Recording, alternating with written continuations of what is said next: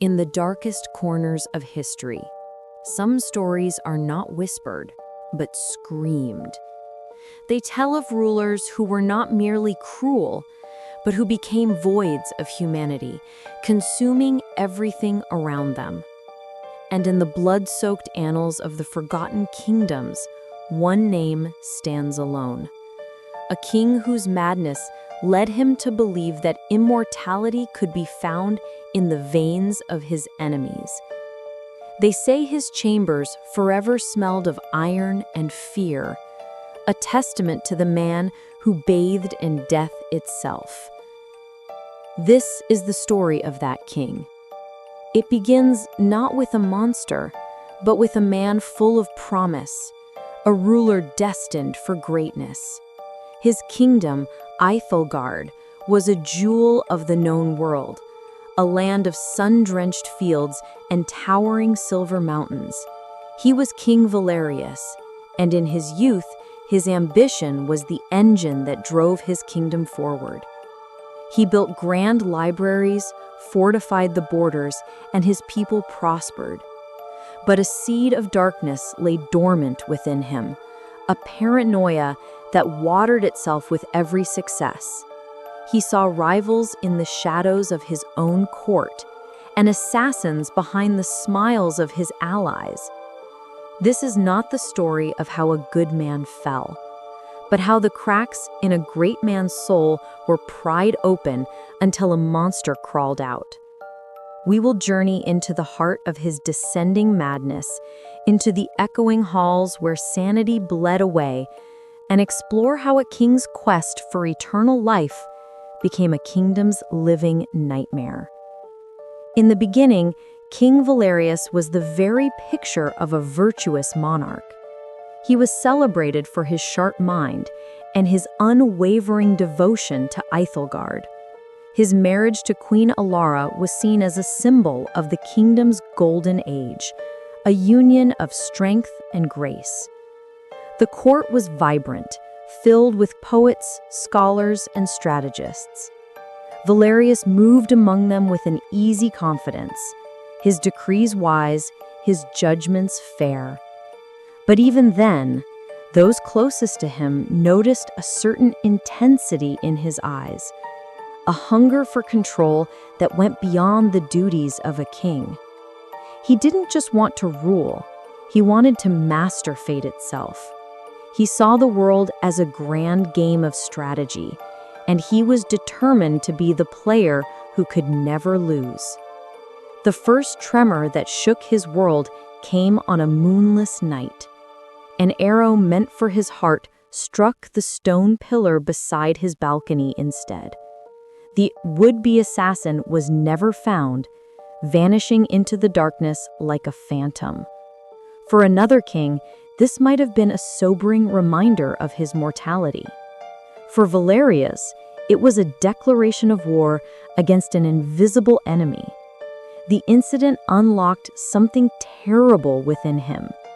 The seed of paranoia, long dormant, began to sprout with venomous speed.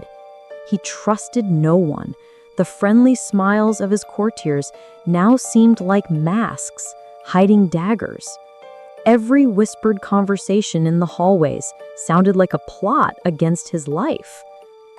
His nights became sleepless vigils. He would pace the cold stone floors of his castle, the silence of the night amplifying the fears in his mind. It was during one of these long, tormented nights that he summoned a man known only as Malachar. This was no ordinary advisor. Malachar was a mystic, a shadowy figure from the kingdom's forgotten fringes, who claimed to read the truths hidden in smoke and shadow. He was a master of manipulation, and in the king's growing fear, he saw the perfect clay to mold. Malachar did not soothe the king's fears, he gave them names and faces.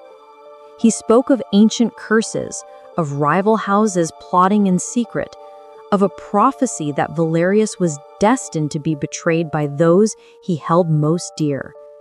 He preyed on the king's ego, telling him that his life was too important to be left to chance. He whispered of powers beyond mortal comprehension, ways to forge a destiny that even death could not touch. The king, desperate for an advantage against the phantoms that haunted him, listened with rapt attention. The purges began subtly. A nobleman with a rival claim to the throne vanished under a cloud of suspicion.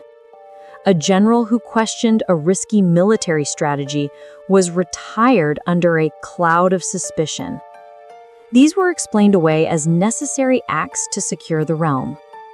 But the court began to feel a chill that had nothing to do with the changing seasons. The vibrant halls grew quiet, the laughter replaced by nervous whispers. General Kalen, the loyal commander of the King's Guard and a friend since childhood, watched with growing unease. He saw his king, once a brilliant strategist, now making decisions based on the cryptic pronouncements of a shadow peddler. Queen Alara tried to reach her husband, to pull him back from the edge. She reminded him of the man he used to be, the king his people loved. But her words were like stones thrown into a bottomless well. He would look at her with eyes that were no longer familiar, speaking of grand destinies and the necessity of sacrifice. He was no longer the man she had married. He was a vessel for his own fear, and Malachor was the one filling it to the brim. The kingdom of Aethelgard, once a beacon of hope, was slowly having its light extinguished, not by an invading army, but by the encroaching darkness within its own king. The descent quickened. Valerius, under Malachor's guidance, grew obsessed with the idea of life force, the very essence of vitality. Malachor told him stories of ancient rulers who had transcended their mortal forms, who had learned to absorb the strength of their enemies. He spoke of blood, not as a fluid of life, but as a vessel of power. Every man's life, his ambition, his strength, it is all carried in his blood, Malachor would hiss in the torchlit chambers. To spill it is a waste. To harness it, that is true power. This twisted philosophy took root in Valerius's mind. The executions became more than just a means of eliminating threats. They became rituals. At first, they were held in secret, deep within the castle dungeons. Malachor would preside over them, chanting in a forgotten tongue as the king watched, his eyes wide with a mixture of horror and fascination. He started to believe that with each life extinguished in his name, a fragment of its power was transferred to him. He felt stronger, more vital, more alive than ever before. His paranoia began to morph into a terrifying sense of divine right, a belief that he was becoming more than a man. The first time he bathed in blood was an act of desperation. A fever had taken hold of him, a sickness that left him weak and vulnerable. He was terrified, seeing the phantom assassin in every shadow. Malachor convinced him that only a drastic ritual could restore his strength and purge the weakness from his body. They chose a political prisoner, a man accused of treason on the flimsiest of evidence. In a hidden chamber, deep beneath the castle, a great marble tub was brought in. The act itself was grotesque, a violation of every natural law. But as Valerius stepped into the warm crimson liquid, something shifted within him. The shock and revulsion were quickly replaced by a euphoric rush. He felt the fever break, the weakness recede. He felt a surge of power so intense it was intoxicating. In his warped reality, it was not the healing herbs of the royal physician that had cured him, but the life force of his enemy. He had conquered not just a man, but the very concept of mortality. He had found his path to eternal life. From that day on, The ritual became a horrifying obsession. The hidden chamber became a permanent fixture, a dark temple to his madness. The whispers in the castle grew louder, fueled by the disappearances of servants, guards, and courtiers who had seen or heard too much. They spoke of the strange metallic scent that sometimes drifted from the lower levels, of the king's increasingly pale complexion, and the unnerving intensity that burned in his eyes. He grew distant from the world, consumed by his dark ceremonies. The affairs of the state were neglected. The kingdom began to suffer. Famine crept into the farmlands as resources were diverted to the king's secret projects.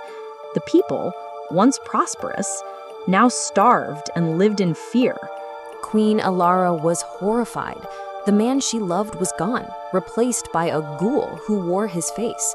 She confronted him one evening, finding him in his study, charts of constellations and arcane symbols spread across his desk. She begged him to stop, to see what he was becoming. For a moment, a flicker of the old Valerius seemed to surface. His eyes softened, and he spoke of his fear of losing her, of losing his kingdom. But the moment was fleeting. The madness reasserted itself, and he explained his actions with a chilling calm. He wasn't destroying the kingdom, he was ensuring its eternal reign, with him as its immortal god-king. He was doing it all for them. In that moment, Alara knew he was truly lost. Her love turned to ash, and from that ash, a cold resolve was born. General Kalin, meanwhile, was facing his own crisis of conscience. He had sworn an oath to protect his king, but was this creature still his king? He saw the fear in the eyes of his men, the decay spreading through the kingdom he had fought to defend. His loyalty was to Aethelgard, to its people, and that loyalty was now in direct conflict with his duty to Valerius. The final straw came when one of his own young guards, a boy he had known since childhood, disappeared after being assigned to duty near the lower chambers. The boy's mother came to Kalin, her eyes hollow with grief, begging for answers he could not give. That night, Kalin's resolve hardened. The king was a disease, and the only way to save the kingdom was to cut it out. The queen and the general, the two people who had once been Valerius's most trusted allies, met in secret in the castle gardens, the one place they believed to be free from the king's paranoia. Under the light of a half moon, they forged a pact. It was not a plot for power, but an act of salvation. Alara, with tears streaming down her face, gave Kalin her blessing. She told him to save their people, to end the nightmare. She knew it meant the death of her husband, but the man she had married was already dead. The alliance was sealed. The plan was set in motion. The stage was being prepared for the final, bloody act in the tragedy of King Valerius. The tension in the castle became a palpable thing, thick and suffocating, like the air before a storm. Valerius, secluded in his madness, was oblivious. He had become entirely dependent on his rituals, each one demanding a higher price. He no longer targeted only prisoners or traitors. Now anyone who displeased him, anyone who questioned an order, was seen as a worthy sacrifice for his profane font of youth. The court was a ghost of its former self, its members moving with a quiet terror, desperate to remain invisible to their king. General Kalin meticulously prepared.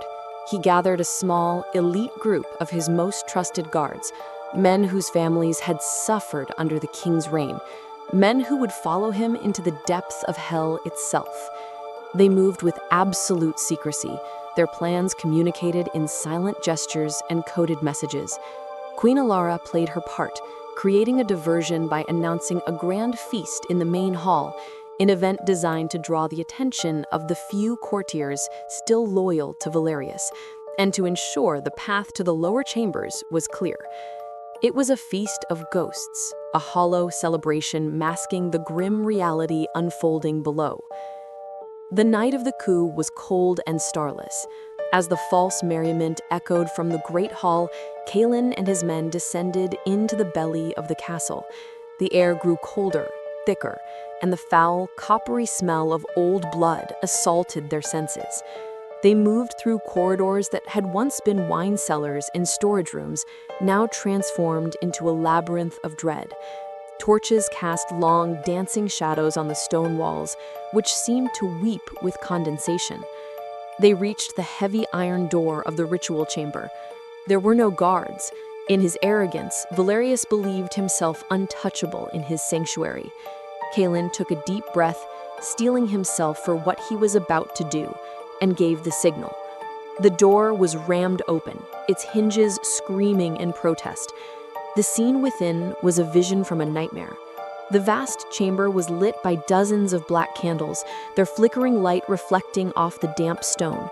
In the center stood the massive marble tub filled with the blood of that night's sacrifice, and in it, submerged to his chest, was King Valerius. He was gaunt, his skin unnaturally pale against the dark red liquid. His eyes, when they turned to face the intruders, were wide with feral madness. Beside the tub stood Malachor, the shadow seer, his hands raised as he chanted an incantation, his voice a low, guttural drone. For a heartbeat, everyone was frozen. The spell was broken when Malachor shrieked, a sound of pure venom, and pointed a bony finger at Kaelin. "Traitors, you dare interrupt the great becoming?" Valerius rose from the tub, his naked body slick with blood. He was not the powerful king Kaelin remembered, but a withered, desperate creature. "Kaelin," he snarled, a twisted smile forming on his lips. "Have you come to offer your own life for my eternal glory?" There were no more words to be said. Kaelin gave the order. His men surged forward. Two of them seized Malachor, silencing his incantations before he could react further. The seer, without his aura of mystery and the king's protection, was just a frail old man who fought with pathetic weakness before being subdued. Kaelin himself walked towards the tub, his sword drawn.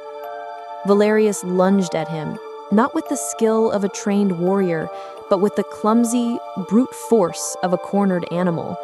He slipped on the wet stone, his hands clawing for a grip. The confrontation was not a heroic duel between a king and his general. It was a sad, pathetic end. Kaelin easily sidestepped the king's wild attack. There was no glory in this, only a grim necessity. Valerius stumbled, his eyes wide with a final, shocking moment of clarity. In that instant, he may have seen himself for what he had become, a monster, drenched in filth, his dream of immortality collapsing into a bloody heap on the cold stone floor. Kaelin raised his sword, the steel glinting in the candlelight, and with one swift, merciful strike, he ended the reign of the Blood King.